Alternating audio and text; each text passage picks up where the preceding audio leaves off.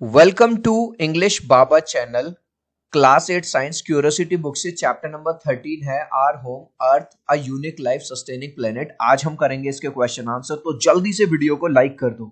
I hope children आपने video को like कर दिया है और अभी तक चैनल को सब्सक्राइब नहीं किया तो सब्सक्राइब कर दो सो दैट आपको हमारे सारे अपडेट्स मिलते रहे। क्वेश्चन नंबर 1 देखिए, what is one major reason Mars can not currently support life like earth. Question ये पूछ रहा है जो एक दूसरा प्लेनेट है मार्स, उस पे अर्थ की तरह आज की डेट में लाइफ पॉसिबल क्यों नहीं है। इसलिए पॉसिबल नहीं है because it lacks a thick atmosphere and liquid water. ना तो वहां पानी है, ठीक है, लिक्विड की फॉर्म में, और ना ही हमारे जैसा थिक एटमॉस्फेयर है। Number 2, which of these is an example of geodiversity. Geo में ही समझ में आ गया होगा, जिसमें जियोग्राफी की बात हो रही है, माउंटेन्स की, वैलीज की, डेजर्ट्स की। तो राइट आंसर है different land forms like mountains, valleys and desserts.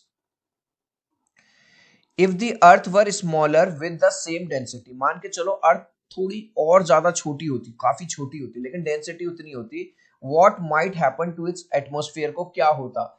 It would escape into space due to weaker gravity, क्योंकि इसकी जो ग्रेविटी है वो कम हो जाती, तो जो एटमॉस्फेयर है वो स्केप कर जाता है स्पेस में। In sexual reproduction why are offspring different from their parents. Sexual reproduction में क्या होता है, जिसमें मेल और फीमेल दोनों पेरेंट की जरूरत पड़ती है। तो जो ऑफस्प्रिंग यानी कि जो बच्चा होता है उसमें कुछ कैरेक्टर मदर के आते हैं और कुछ कैरेक्टर फादर के आते हैं। तो इसीलिए तो राइट आंसर होगा दे गेट मिक्स्ड इंस्ट्रक्शन, यानी मिक्स्ड जीन्स होते हैं from both the parents. Next question है, you notice tiny green plants growing in cracks on your school wall after the monsoon. कई बार आपने दीवार पे, अपने स्कूल की दीवार पे इस तरह से छोटे छोटे प्लांट कई बार उगते हुए देखे होंगे। तो ये पूछ रहा है where do you think the seeds come from. ये सीड्स कहां से आ गए भैया, कौन आके लगा गया इतनी ऊंचाई पे। तो कई बार ऐसा होता है बर्ड्स ने जैसे कुछ बीज वीज खाया, उन्होंने जब पॉटी करी तो वो बीज पूरा डाइजेस्ट नहीं हुआ, ऐसे ही वापस आ गया, ठीक है, और कहीं पे भी वो जहां रिलीज हुआ वहीं से एक नया प्लांट निकल आया। या ऐसा हो सकता है, मान के चलो ये वाला प्लांट है, इसी का सीड जो है ग्रो होके हवा से या किसी दूसरी चीज से वहां पे फैल गया। अब ये पूछ रहा है what conditions help the plants grow. तो पहले तो हम ये लिखेंगे the seeds likely came from near by plants. हो सकता है जो सीड है यहाँ पे नियर बाई प्लांट से आ गया हो, कैरिड बाई विंड, विंड की वजह से आ गया हो, किसी बर्ड की वजह से, अभी जो हमने समझा उस वजह से आ गया हो, या इंसेक्ट की। चलो बीज आ गया, ये तो चलो एक अलग बात है। अब ये पूछ रहा है what condition help the plants. ऐसी इसको क्या कंडीशन मिली कि ये वहां पे ग्रो कर गया। The condition that supported their growth included number 1 moisture, यानी कि वहां पे गीला गीला होगा, क्योंकि अगर मॉइस्चर यानी पानी नहीं मिलेगा तो वो अच्छे से ग्रो नहीं करेगा। नंबर 2 सुटेबल टेम्परेचर, वहां पे हो सकता है अच्छी धूप आती हो, थोड़ी बहुत धूप लगती हो जिसकी वजह से उसको सनलाइट मिल रही है। प्रेजेंस ऑफ सॉइल और डस्ट इन द क्रैक, और कभी भी देख लेना आप, ऐसा नहीं होगा कि पत्थर के ऊपर से उगाया, जो क्रैक है, जो बीच में जो क्रैक है, जो गैप है, उसमें थोड़ा मिट्टी विट्टी भरी होगी, उसमें उसकी जड़ें पनप गई होंगी। एडिकेट सनलाइट, प्रॉपर उसको सनलाइट मिल गई होगी। A city has recently cut down a large patch of forest to build a new roads and buildings. एक शहर ने क्या किया, अभी बहुत ज्यादा सारे जो जंगल हैं वो एक बड़ा सा पैच उसका काट दिया, बहुत सारे पेड़ों को काटा गया बड़े बड़े। क्यों? वहां से उनको एक सड़क बनानी थी। Discuss the possible effect this could have on the local climate. Climate पे क्या असर पड़ेगा भैया, टेम्परेचर बढ़ जाएगा, ठीक है, और क्या होगा, रेनफॉल कम होगी, और क्या होगा, सॉइल इरोजन बढ़ जाएगा। पहले तो ये देखो क्लाइमेट पे क्या असर देगा। Number 1 temperature will increase, temperature बढ़ जाएगा। रेनफॉल विल डिक्रीज, रेनफॉल कम हो जाएगी। ग्रीन हाउस गैस एमिशन यानी कार्बन डाइऑक्साइड बढ़ जाएगी, जिससे गर्मी बढ़ेगी। अब इसके अंदर एक क्वेश्चन और पूछ रहा है, how might this affect the water available, sorry 1 second, हाँ, अब इसमें क्लाइमेट के साथ साथ ये और पूछ रहा है बायोडाइवर्सिटी पे क्या असर पड़ेगा। बायोडाइवर्सिटी क्या होती है, कहीं पे भी रहने वाले प्लांट्स और एनिमल्स। अब ये बताओ, जो जंगल में जब ये पेड़ पौधे थे, बर्ड अपना नेस्ट कहाँ बनाएगा, पेड़ पे बनाएगा। और भी जो जानवर रह रहे हैं, सांप रह रहे हैं, बिच्छू रह रहे हैं, और शेर वगैरह, मतलब बहुत सारे एनिमल्स रह रहे हैं। उनका घर क्या है भाई, उनका घर तो फॉरेस्ट ही है ना, तो उनकी जो संख्या है वो भी कम हो जाएगी। Loss of forest habitat threatens plants and animals. जब हम पेड़ पौधों को ही काट देंगे, फॉरेस्ट को काट देंगे, जिससे प्लांट्स और एनिमल्स पर बुरा असर पड़ेगा, रिड्यूसिंग बायोडाइवर्सिटी, जिससे उनकी संख्या कम हो सकती है। गाइस वीडियो अच्छा लग रहा है तो यार एक लाइक कर दो, आपके एक लाइक और सब्सक्राइब से बहुत मोटिवेशन मिलता है। 3 तक काउंट करूंगा चिल्ड्रन, प्लीज वीडियो को लाइक कर दो, 1 2 3। आई होप चिल्ड्रन आपने वीडियो को लाइक कर दिया है, चैनल को सब्सक्राइब कर दिया। Thank you guys. Next question. A friend says the earth has always had climate change in the past, so today global warming is not nothing new. एक दोस्त दूसरे दोस्त से ये कह रहा है कि भैया देख, अर्थ में तो हमेशा चेंजेस आते ही रहते हैं, तो अब जो इंसान की वजह से जो पोल्यूशन बढ़ रहा है, जो गर्मी बढ़ रही है, ग्रीन हाउस इफेक्ट हो रहा है, ग्लोबल वार्मिंग हो रही है, इससे भी कोई हमें डरने वाली बात नहीं है। तो क्या वो सही कह रहा है? अरे भैया बिल्कुल गलत कह रहा है। How would you respond use it? आप उसको कैसे सही करोगे, क्या कहोगे? हम उसे कहेंगे कि भाई जो पहले जो चेंजेस हुए हैं ना, जैसे आइस एज आया, हर जगह ठंडा हो गई बर्फ, वो सब नेचुरली हुआ है, मतलब नेचर ने किया है। नेचर क्या करती है, सस्टेनेबली किसी काम को करती है। जैसे मान के चलो जंगल में एक मंकी रह रहा है, ठीक है, मंकी ने केला खाया और केला खा के छिलका कहाँ डाल दिया, जमीन पे डाल दिया। वो जो जमीन पे जाएगा वो छिलका भी, वो भी फर्टिलिटी को बढ़ाएगा, यानी कि पूरी तरह से नेचर ने हर चीज को किस तरह से किया है और अच्छा करने के किया है। लेकिन हम क्या कर रहे हैं, उसको बर्बाद कर रहे हैं।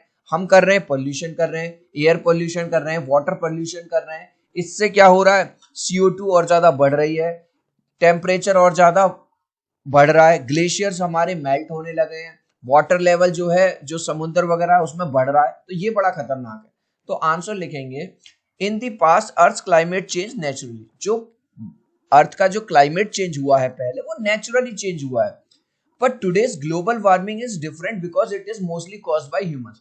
लेकिन आज की डेट में जो ग्लोबल वार्मिंग हो रही है वो अलग है भैया, ये तो इंसान कर रहा है ना।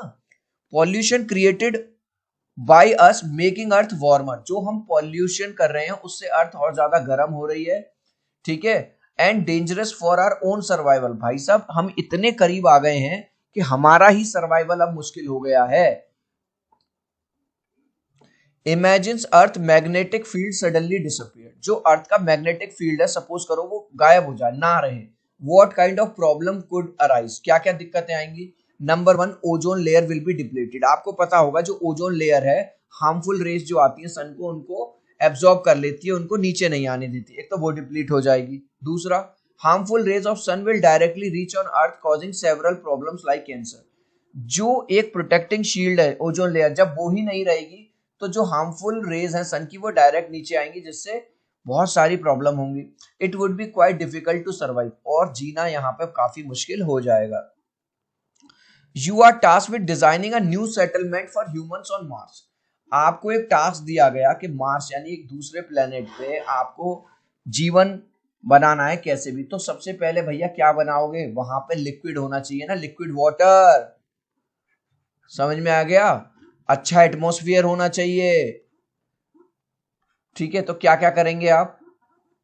आंसर है liquid water, essential for drinking, growing crops and supporting life process. सबसे पहले तो मैं पानी की व्यवस्था करूंगा, ठीक है, अगर मैं कर सकता हूं तो, जो कि पीने के लिए, क्रॉप्स उगाने के लिए और लाइफ प्रोसेसेस के लिए जरूरी है। ब्रीदेबल एटमॉस्फेयर होना जरूरी है अर्थ की तरह, and oxygen rich atmosphere for respiration. और नंबर 3, टेम्परेचर कंट्रोल। ना तो बहुत ही ज्यादा ठंड होनी चाहिए, ना बहुत ही ज्यादा गर्मी, ठीक है। एक ऐसा टेम्परेचर होना चाहिए जिसमें लाइफ प्रोसेस सर्वाइव कर सके हम लोग। In a village, the temperature has been increasing and rainfall has become unpredictable over the past few years. एक गांव में क्या हो रहा है, गर्मी बढ़ती जा रही है और जो बारिश है वो अनप्रिडिक्टेबल हो रही है, कभी हो रही है कभी नहीं हो रही। What could be causing this change? ये किस वजह से हो रहा है? Climate change.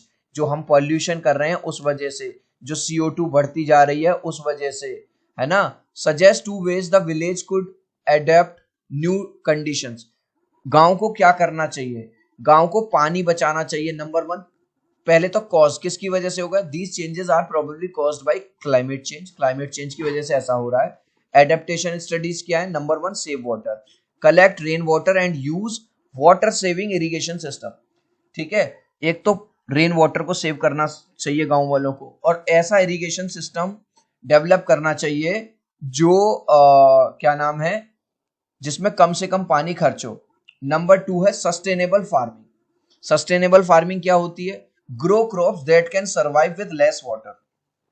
ऐसी क्रॉप्स ग्रो करने हैं जो कम पानी में भी क्या कर सकें, सरवाइव कर सकें। If there were no atmosphere on earth would it affect life, temperature and water on the earth planet. अगर अर्थ पे एटमोस्फेयर ना होता तो ये लाइफ को कैसे अफेक्ट करती, टेम्परेचर को कैसे अफेक्ट करती और वाटर को। तो विदाउट एन एटमोस्फेयर लाइफ का क्या होता? Life would struggle to survive, बहुत मुश्किल हो जाता जीना। Number 2 temperature, earth would become extremely cold, earth बहुत ज्यादा ठंडी हो जाती।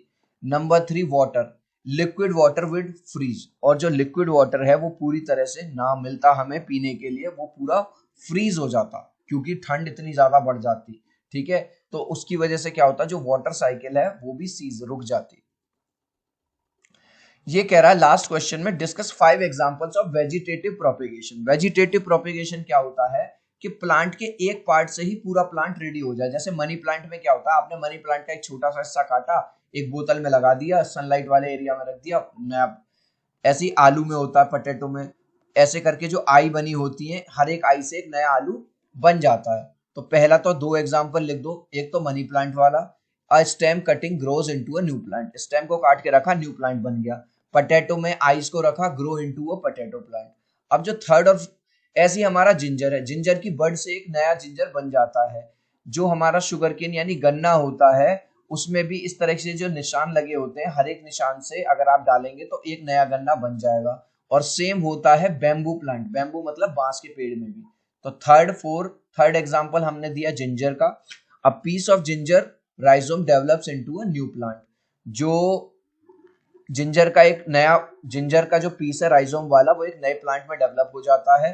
Sugar cane, stem cutting with nodes, जो स्टेम कटिंग होती है शुगर केन में, मतलब इस तरह से जो निशान बने रहते हैं एक ऐसे, ठीक है, ऐसे ऐसे, इनमें से produce new sugar cane plants बन जाता है। बैम्बू यानी कि बांस, section of bamboo stems grow into new bamboo plants. ठीक है, इस लास्ट क्वेश्चन का आंसर ट्रू या फॉल्स में देना है, देखूंगा कितने बच्चे राइट आंसर देंगे। Money plant can be grown by vegetative propagation, money plant को आप वेजिटेटिव प्रोपेगेशन के थ्रू ग्रो कर सकते हैं। ट्रू है या फॉल्स है, आप चाहो तो अपने आंसर में कमेंट में ए या बी लिख देना, मैं समझ जाऊंगा। सो आई होप मेरा ये वीडियो आपको बहुत अच्छा लगा होगा। प्लीज वीडियो को लाइक कर देना, चैनल को सब्सक्राइब कर देना। अब हम मिलते हैं अगले वीडियो में। Bye bye.